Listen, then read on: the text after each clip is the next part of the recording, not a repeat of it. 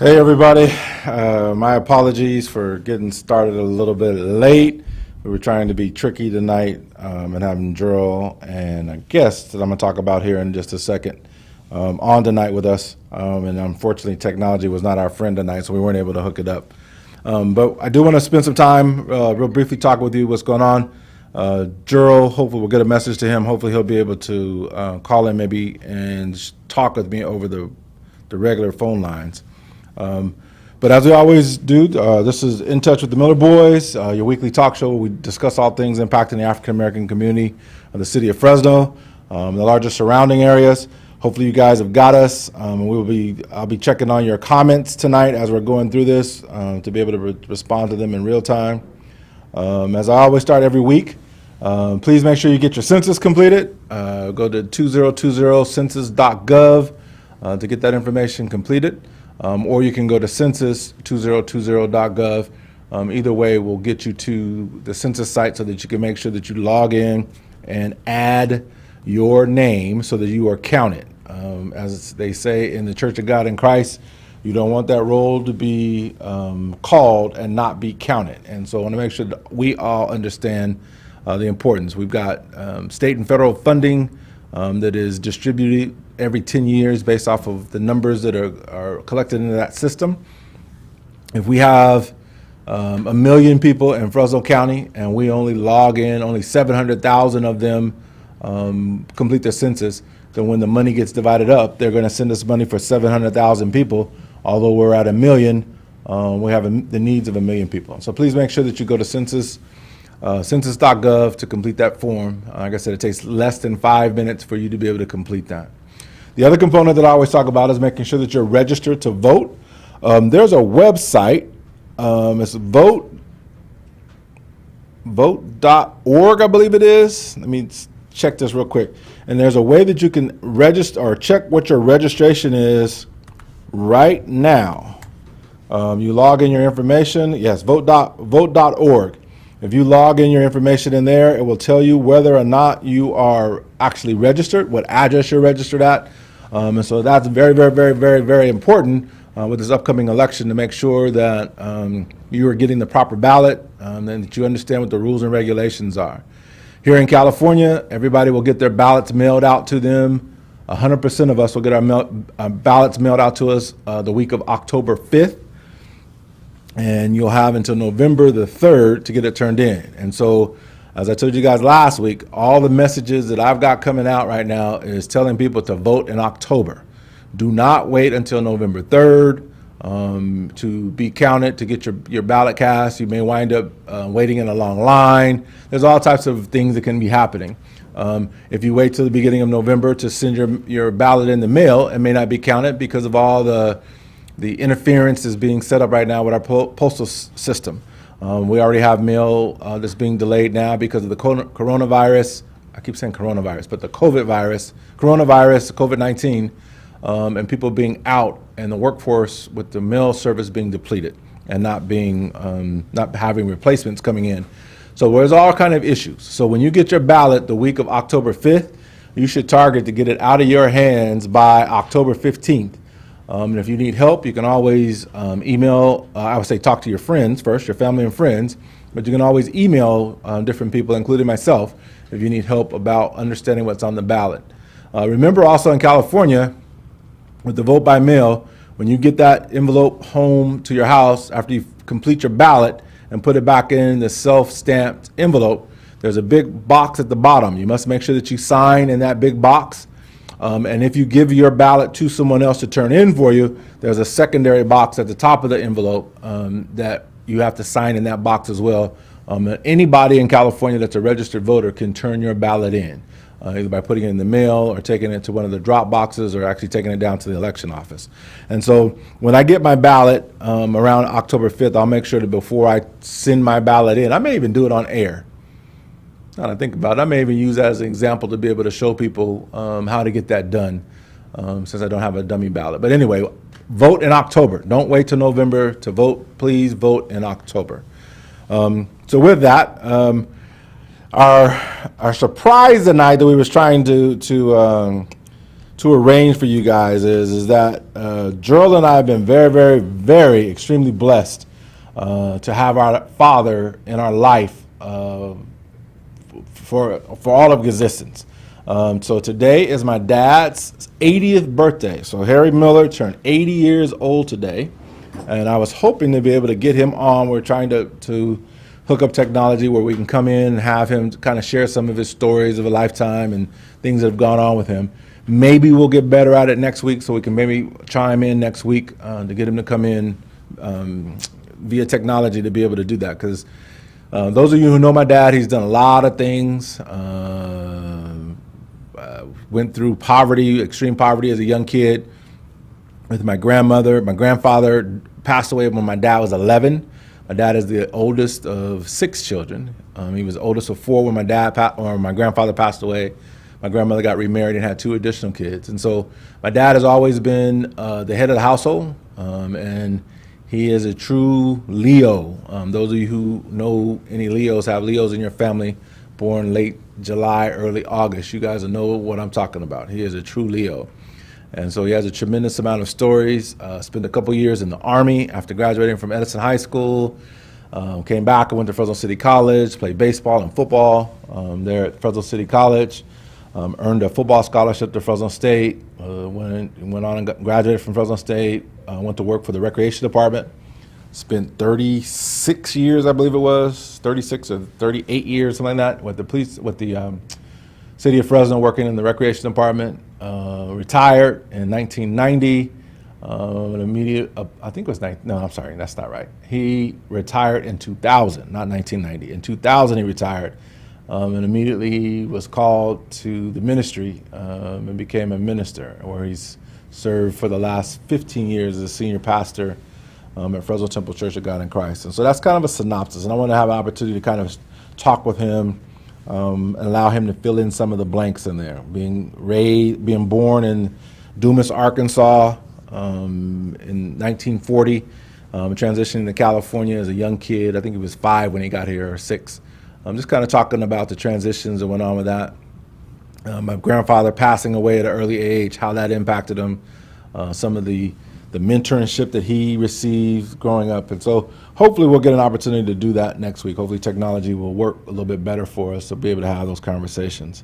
And everybody's telling him happy birthday. So yeah, so we had a good time with him this week. On Saturday, we had a family dinner. We couldn't do a party like we wanted to. We originally had planned to do something huge for him. And of course, with the virus and the restrictions we got going on right now in Fresno County, it whittled down and whittled down and whittled down. And so we catered in food. We had dinner with our immediate family.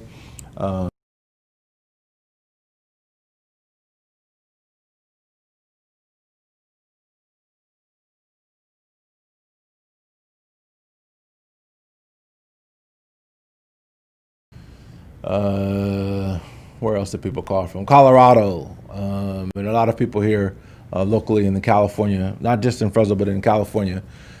Friends and family were able to call in and wish him a happy birthday, and he was able to see that actually on Zoom. And so that happened on Saturday. Today we had cake and ice cream with him, with the immediate family again, actually to celebrate him, and he's happy. My mom was happy. She wasn't able to be with us on Saturday, but she wasn't able to participate in the celebration on Saturday, but she was there tonight, and she's overjoyed also with us being able to honor her husband of 56 years. So they've been married a long time. I tease them all the time that they've been together longer than they were with their parents. And so thank you for all of those of you who wish my dad a very happy birthday. He's still celebrating. It's not done yet. You don't always get to 80. When my grandfather died, I think he was 44, 43 or 44. And I remember when my dad turned in his early 40s, he just knew that God was going to take him home.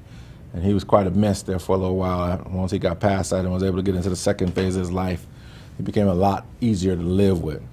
But thank you. So Uncle Sam, I got you. I'll give you your love. Aaron Lawrence, my man Steve Moyer. I'm happy for you chiming back in. You and I left off last week on a conversation where we were talking about the coronavirus and the effects of it. And then I think it was either that night or the next day is when we found out that the Pizza King passed away from his corona infection that is attributed to him attending the the president's rally in Tulsa. So those of you who don't think this virus is real, please rethink and recalibrate what it is, wherever you're getting your information from, because this virus is impacting us. And yeah, people will downplay it and say that it's only killing about 1% of the population or affecting about 1% of the population. And so I would ask those of you who have large family members, if you could afford to lose 1% of your family, which one would you volunteer to be taken in an untimely death? And I don't think anybody would want to be put in that situation. And we as a country shouldn't want to put anybody in that situation. Yes, death and disease is natural. It's a natural occurrence. But we should be doing everything we can, in particular when it comes to death from disease, to mitigate that as best we can. And I know that there's so much more that we can do. One of the big debates, those of you who know me know that I've been in education for the last 30 years. I'm actually running, I've been sitting on the Fresno County Board of Education as a trustee there for the last 18 months or so, 16 months. And I'm running to retain that position right now. And one of the big conversations that keeps coming up right now that everybody's talking about is opening of schools. And it goes back to that debate. What is more important? Opening schools for the good of the economy and stimulating the economy and getting people back into their normal procedures, or the safety of the people that are participating in educational settings all across the country? And that's the tug of war that's going on right now. And depending upon where you are on that ledger, I then go back to, if you're talking about sacrificing people, which one of your family members, which one of your children, which one of your parents, your grandparents do you want to give us to sacrifice as we go forward to open up our economy and open back up our schools? The good thing about, some people kind of look at me kind of crazy, I think that one of the positive things that's going to impact or have an effect on education with this coronavirus is it's going to force those of us who are in education to reconstitute ourselves. Our educational model has been in existence now for about 100 years. I keep saying that and not doing the research on it, but I need to go back and find out exactly when this model of education that we have, which I believe was at the turn of between the 1800s and turning into 1900s. This model that we use of going to school in the morning at 8 o'clock and basically being done every day at 3 o'clock, being being educated by curricular subjects, the face-to-face teaching in a classroom setting. I think that this coronavirus is putting us in a position where we have to really, really, really, truly rethink the way that we're doing things. One of the biggest inventions, two of the largest inventions ever to impact the United States economy was the cotton gin and the steam engine. And right now, we do not use cotton gins or the original cotton gin, and we're not using steam engines anymore. And why is that? Because we've evolved, we've gotten better, we've used technologies and other resources to make ourselves more efficient, better equipped, more safety has been involved in it, and I think we need to do the same thing with our educational system. And stop band-aiding some of the issues and concerns that we have right now in public education. Those of you who have children in school, whether it be K-12 or whether it be in higher education, especially if you have college students, you'll notice that when we shut down in California and we had to shelter in place with Governor Newsom's decree, higher education, community colleges and universities were able to pivot pretty rapidly. In a matter of about 7 to 10 days, they were able to pivot to go to distance learning, online learning and instruction. And I won't say it was seamless, but the bumps that they had transitioning to that type of format was pretty much bump free. Well, those of us in K-12 education totally was unprepared for where this pandemic has put us. And so, you've got reports of teachers not responding and follow up to students. Those teachers who were diligently reaching out and trying to contact their students, you had some of the students and parents who were not following through. In the rural areas, outside of our cities of Fresno and Clovis and our metropolitan areas, so out in the Avenals and Five Points and Cantua Creek and places such as that, there was an issue with Wi-Fi accessibility. They do not have the cell towers out there, nor do they have the satellite capacities, the satellite technologies to be able to get students to be able to log on and be able to do distance learning. There's a whole, how can we as a thriving metropolis not be better equipped technologically to impact education? It would be good for business, it would be good for education, it would be good for entertainment. I mean, it goes on down the list that if we improve how we do things technologically here in the Fresno metropolitan area, which Fresno is the 5th largest economy in the whole entire world. Okay, not in the United States, in the whole entire world. California is the 5th largest economy, so it's got to trail United States because California is part of the United States. I found out today, or a couple of days ago, that California's economy is actually even larger than Russia's economy.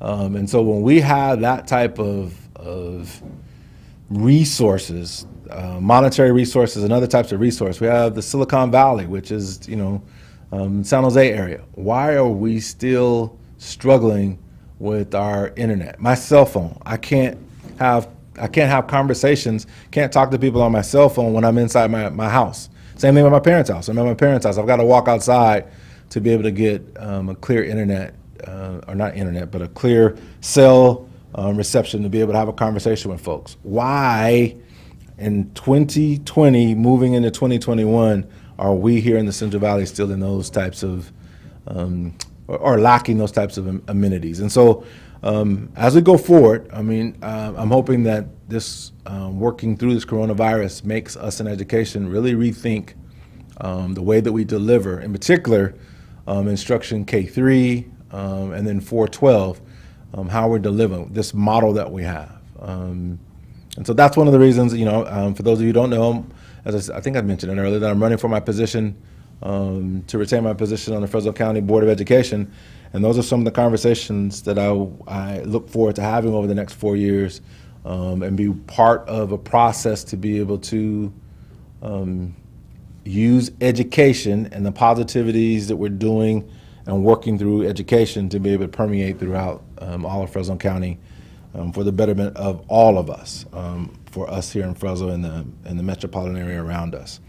So enough about that. One of the other things that I wanted to talk with Gerald about is, those of you who don't know, I am a registered Democrat. I think it's pretty well known. But we've got these announcements that are coming up now. We've got word now is that on both sides of the ledger, the Democratic side as well as the Republican side, their national conventions, which should be happening in the next 2 or 3 weeks, are going to be all virtual. And the presumptive nominee for the Democratic Party, former Vice President Biden, will not be attending the Democratic convention.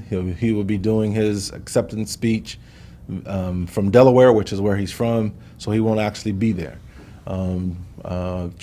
President Trump and the Republican Party has also made similar intimations that that he will not be physically there at the Republican convention to give his acceptance speech as well.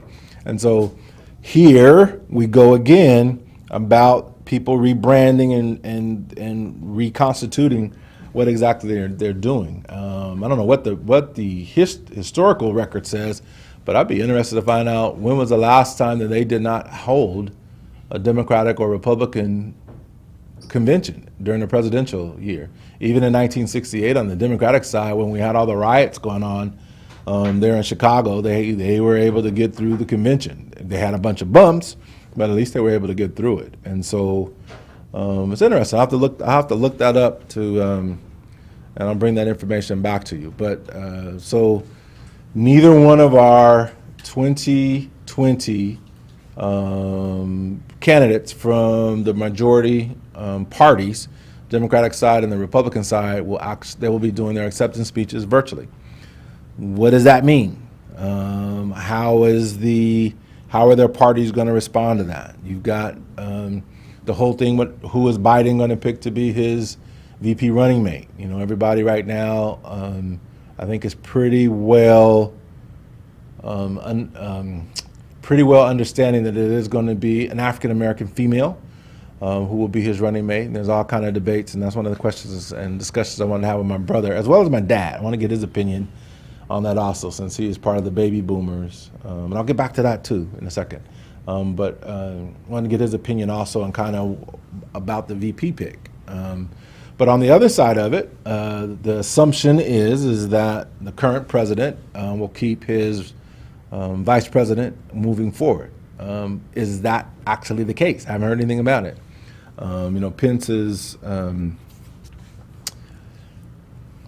he's supposed to be helping with the task force, with the coronavirus task force. I haven't seen or heard very much of him lately. And so it'd be interesting to see if in Trump's second go-round with campaigning, if he's going to keep Pence with him as he's moving forward, or if he's going to transition and go to someone else. So there's lots of interesting things that are happening on there. One of the other things, I'm gonna see if I can find this article real quick, but one of the other things I talked about, and I've been telling people just from my readings, but it hasn't been actual an article or data to be able to support that, in the United States of America, there are more Americans under the age of 40 than above the age of 40 in more than 100 years. So the millennials and whatever the next generation that's under them, that's getting right at the voting age, 18, 19, 20 is the top end of that, whatever they're going to call this next generation, there's more of them than there are my generation, X and Y, and baby boomers. So that's very, very, very curious to me. What does that all mean? What I believe is going to happen is that we're going to have a changing of the guard, politically, socially, structurally. The old guard expectations and a lot of the ways that we've done things are going to be changed. So those of you who are into research, you can go to the Pew Research Center. There's an article for January 17, 2019, where millennials in and Generation Z begins. They talk about the numbers there. Let me see if I can find this other article that I just read.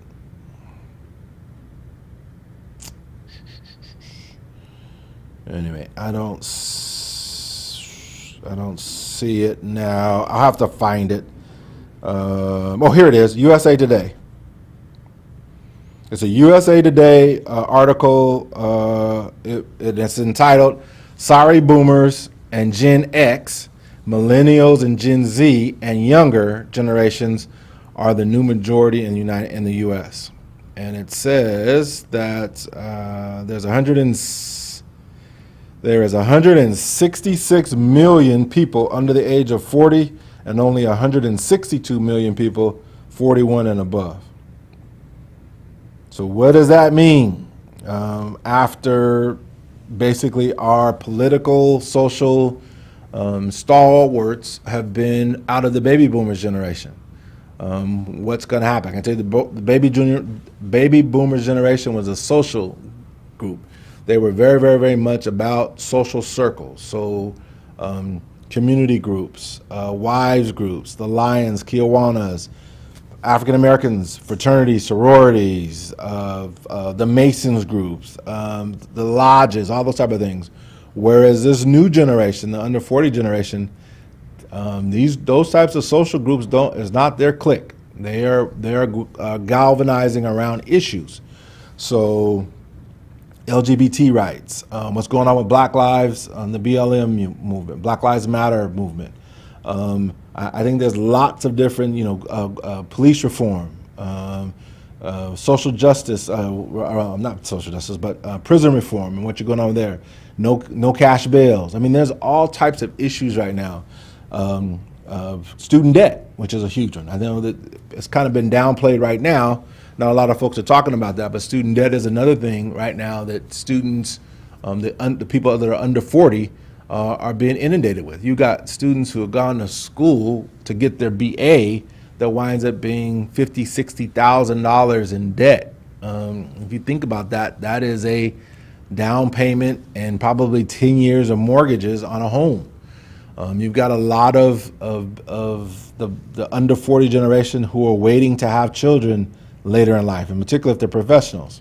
They cannot have a professional career and be involved and engaged in a family at the same time. And so there's a lot of changes that is going to happen to affect the way that my retirement, when God blesses me to get to 80 years old, America is going to be very, very, very, very different. How old am I? 20? That would be 26 years from now, 27 years from now. I believe the United States of America, in its position in the world, is going. The way its position is here, and where we do things, the way we do things domestically, as well as how we do things and how we're recognized in the world, is going to be very, very different. And so, God, please bless me to be the age of my mother and my father, late 70s, 80 years old, so that I will be able to partake and participate. And hopefully I can have a little bit of influence through some of the things that I'm doing to be able to at least help guide what's going to happen next. And so everybody, so those of you who are following along in our chat, my dad is actually listening. I guess he's watching. And he's an interesting dude. Last night I spent the night with him. Stayed over there last night because my mom has been having some difficulties during the night. So I stayed over there.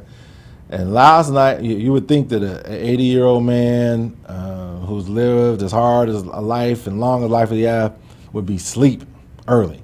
But my dad was up last night till 2:30, and about 12:30, I guess he figured out that he was actually 80 years old, and he had a one-man revival in there in the other room, singing songs and praising the Lord and clapping his hands and doing all kind of stuff in there. So he kind of messed my sleep habits up. I'm usually knocked out cold at 1:30, 2 o'clock in the morning, but last night I was up making sure that he was all right and keeping an eye on my mom. So thank you for all the birthday wishes, and those of you who want to wave at him, you guys can do that because he's actually, I guess you can't. He can't see you. So Pop, that's for everybody who's telling you happy 80th birthday. They are, want the God to continue to bless you. I say you need 80 more. You said no, you don't want 80 more. But anyway, so just want to make sure that I acknowledge those birthday wishes. Let me see if there's any other comments on here before I get out of here.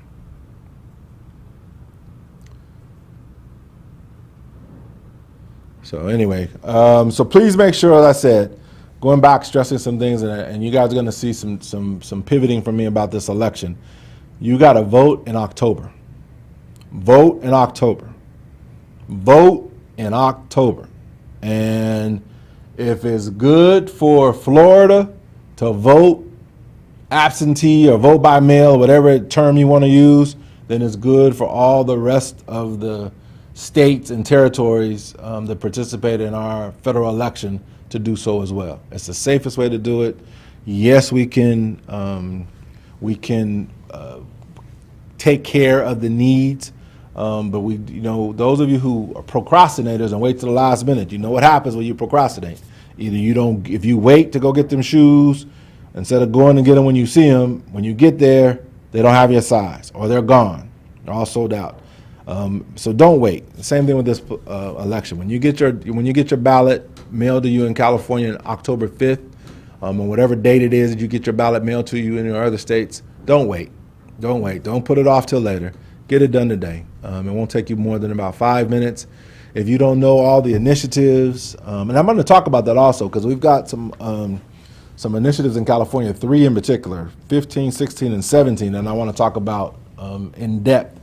And I'll see if I can't get Gerald to buy in that maybe in a couple weeks. But I want to go over those 15, 16, and 17 in depth because they need to be addressed. And there's a lot of misperceptions and misunderstandings. Some of those provisions are worded in ways they're worded to confuse us on purpose. And so I want to make sure that I shed as much light and be able to direct you back to where you can go get that information for yourself to do your own homework. But we've got a lot of work to do between now and November 3rd to make sure that everybody's vote is, that you receive your information, that you cast your vote, and that your vote counts. So remember, you can go to vote.org, vote.org. I'm going to do that tonight to make sure, see where my registration is, although I'm pretty comfortable. But please go on there, and next week I'll be able to share with you hopefully a little bit better about what that website is all about, to make sure that you are registered at the address or the location that you should be. Please don't take that for granted because that's one of the voter suppression tactics that are done is the misperception and misunderstanding.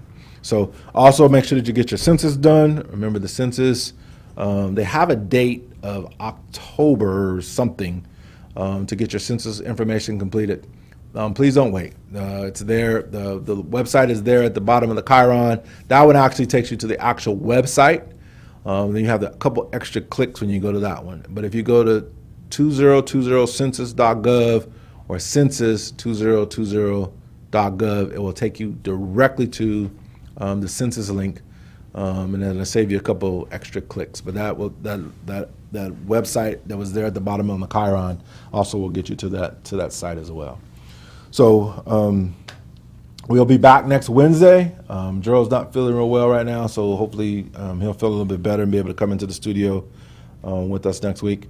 And hopefully we'll be able to get the technology working because I still want to have a conversation with my dad so he can share with you his 80 years of experience because that's something that I don't want to take for granted because there's a lot of people that I know either because of illness or diabetes, high blood pressure, heart attack, stroke, or something like that. People haven't seen 80 years old. And then in my time, my generation, there was lots of people who were involved in, in the drug trade and wound up being incarcerated for long periods of time, or shot and killed, or died in an overdose, those type of things. And so lots of African American men were not able to be on this earth for 80 years. And so I want to make sure that, not just because he's my dad and I love him and I want to honor him as best I can, but I think that there's some insight inside of his 80 years of experience which would highlight and benefit all of us from hearing his story and listening and learning. So with that, KP, anything else I need to talk about? You sure? I mean, we're gonna have to do a trial run on Sunday or something with the technology to see if we can get it all hooked up because I do want to have him come in there. So anyway, we're up against it. It's a couple minutes to 9 right now, so I'm gonna get out of here. I don't want to just blabber at you guys. Please make sure you register to vote. Check vote.org for your registrations. Please make sure you get your census completed. Census 2020census.gov to get that completed. And then also make sure you are ready to vote in October. I know the election date is November 3rd, but elections are changing. Coronavirus, as I talked about, affecting education and all these other areas. Coronavirus is also affecting how we do elections. And so with this election, when you get your ballot, you need to get it out of your hands and into the mail or dropping it off directly so that you make sure that your vote is not delayed or it's postmarked too late or any of those type of things. But anyway, we'll get back into that as we get a little bit closer. Like I said, I'll bring in an example to be able to go through it with you guys. So until next Wednesday, God bless you all. Be safe. Love one another. And again, this is another episode of In Touch with the Miller Boyzzz on Wednesday evening. See you next week. Bye.